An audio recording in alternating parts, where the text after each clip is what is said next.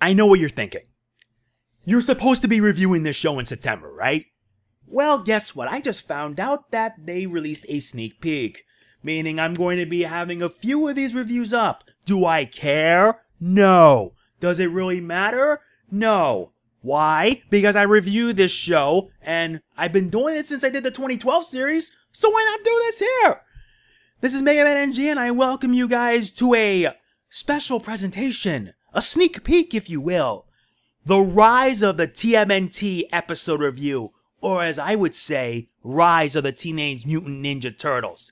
Today I'm going to be reviewing the first episode, Mystic Mayhem, and it was released as a sneak peek on Nickelodeon 2 days ago. So I figured, why not review the show? I've already finished reviewing the 2012 series, and I still gotta do re-reviews of it, so consider this an honor. However, what I am going to say is that, how I'm going to be doing these reviews is going to be very different than how I did it with, well, the 2012 series. I'll be explaining that at the end. Since we're now at a new series, it means new situations. Anyway, here's the deal.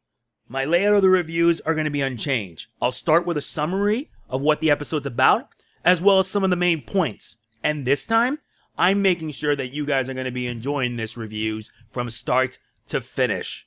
Let us begin. It begins in New York, where crime is everywhere. In the day, a couple of punks are chasing a strange mystical cat, only for them to fail when it disappears. By nightfall, everyone's favorite group of heroes is out having fun, only to find that same cat in trouble. A battle ensues, and the same punks that we saw earlier aren't who they think they are. That and the turtles get their butt kicks bad. But upon seeing something familiar on the wall, they seek out an item that lets them head to a mysterious place. They find a mystical world, along with a sinister evil that has big plans.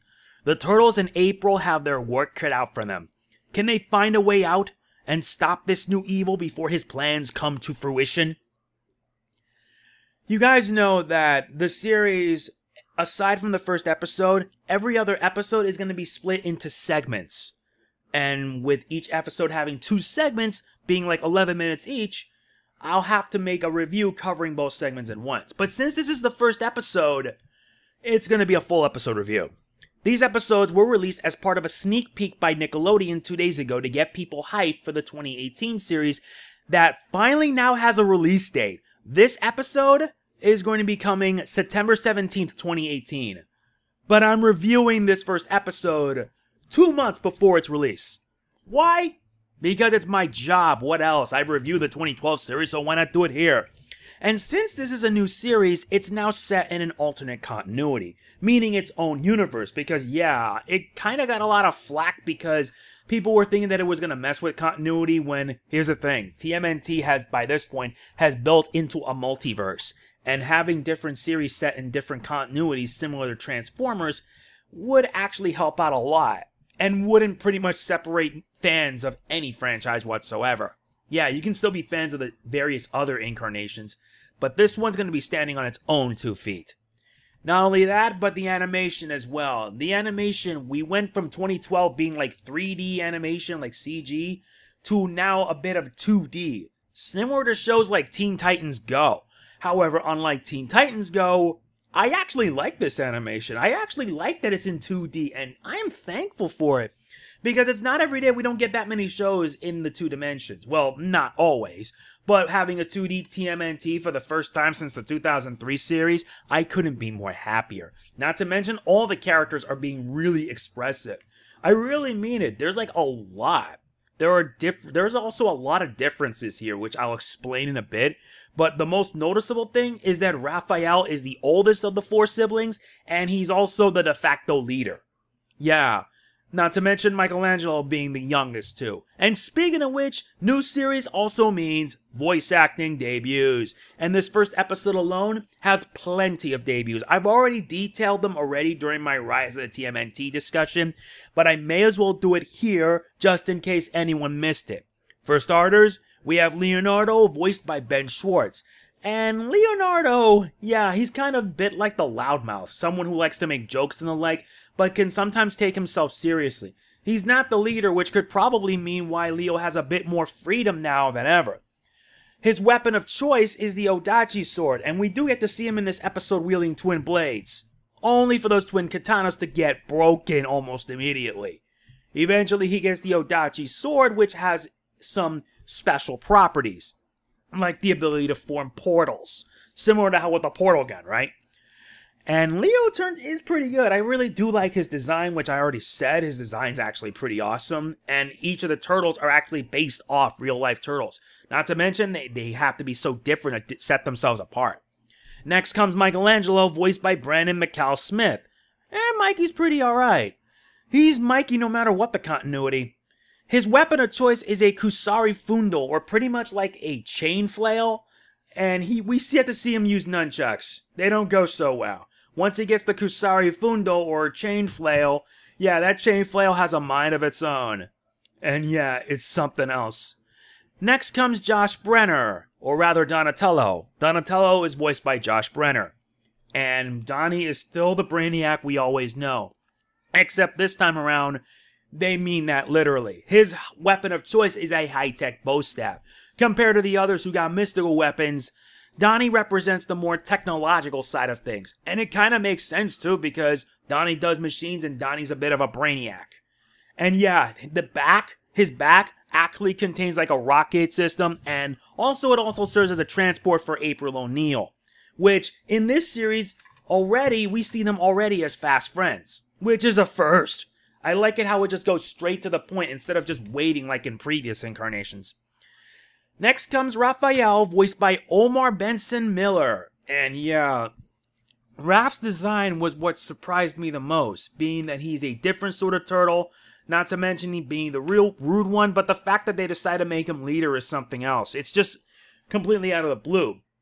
And his weapon of choice is a pair of tonfas. I've already discussed this already in my previous video where I talked about this, but I'm getting Next Mutation vibes with it. The only difference this time around is that his pair of tonfas are magical. Very, very magical. I mean, they would really pack the pain if given the chance. And that's pretty awesome. I like how it differentiates himself this time by having their weapons not only be different, but also having a magical property. And his would probably be involving super strength. Since, yeah, we now have a balance of magic and technology, and it works. Not to mention, also, we have April O'Neil, but this is a different incarnation. She's also an African-American, and she's voiced by Kat Graham. And I feel April in this series kind of works. It works so well, and I liked it. I really do like the chemistry that April has with the other turtles. And she's also a bit too feisty. She's always up for a fight, and I feel that she's more awesome than ever. Not that I'm wrong with it, of course. Next comes Eric Bauza, or rather in this case, Splinter. Yeah, I was writing my notes and I didn't really have time to get all this in. Splinter is voiced by Eric Bauza, and my opinion on Splinter has not changed. He looks like an Alolan Raticate. But the only other thing, compared to the other incarnations, judging by the first episode alone, he's also a bit lazy. And I'm like, really? Come on, Splinter, you're supposed to be the mentor, the words of wisdom guy. Not this. What happened? Even though this is the first episode, he's only here for like a minor appearance and that's it. He didn't really do much. And finally, we have the main villain of the show, Baron Draxum. Baron Draxum is voiced by John Cena. Yes, WWE superstar John Cena voices a villain in a TMNT cartoon.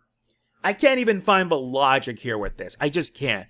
But I feel personally that he did a good job as Baron Draxum. Seeing from what we know, this guy has big plans. And his plans involving mutation using, I believe, mutagen and his devastating mosquitoes. And those mosquitoes carry mutagen. And by episode's end, we see what happens unfold. And it's going to lead to a lot of trouble for the turtles. But for Baron Draxum himself, he is a powerful threat. Which surprises me that we don't have Splinter as a big bad for this season. At least not yet. The fact that they decided to take this route and have a different villain is a plus. So I'm curious. I really am curious to see how this will turn out. Will he turn into be a good villain? Who knows? I'm really hoping that he does. But believe it or not, he doesn't disappoint. But like I said, this episode, the first episode alone, is completely different from the previous show that I reviewed, the 2012 series. And it's really good. The animation is really good, and the action is intense. It really is intense from start to finish. Plus, we get to see the turtles being, well, the turtles, of course. And they get to kick butt and take names, but it didn't always start out like that. Like, the first fight against those two mooks, they end up getting their butts kicked bad. They got their butts kicked really bad by those two guys when their old weapons couldn't do it. But when they got the new weapons and when they took on Baron Praxum, that's a different story, though it took a while for them to adjust. Since it is the first episode, I personally felt that it's sort of like a good introduction to this new series, introducing the characters, the new villain, etc. And the ending helps set things up for the overall series. It's going to get me really excited, I tell you that. There's like plenty of highlights I can mention, but my personal favorite highlight for me was the showdown between the Turtles, April, and Baron Praxum. That was the highlight for me all around, because we not only get to see them use their new weapons, we also get to see their new weapons activate different powers. And hopefully the Turtles can get the hang of this so that way they can be able to kick butt in this new world. I'm sorry, it's just that I just finished watching this episode and I couldn't be more happier. The episode is available now on Nick.com if you want to see it for yourself.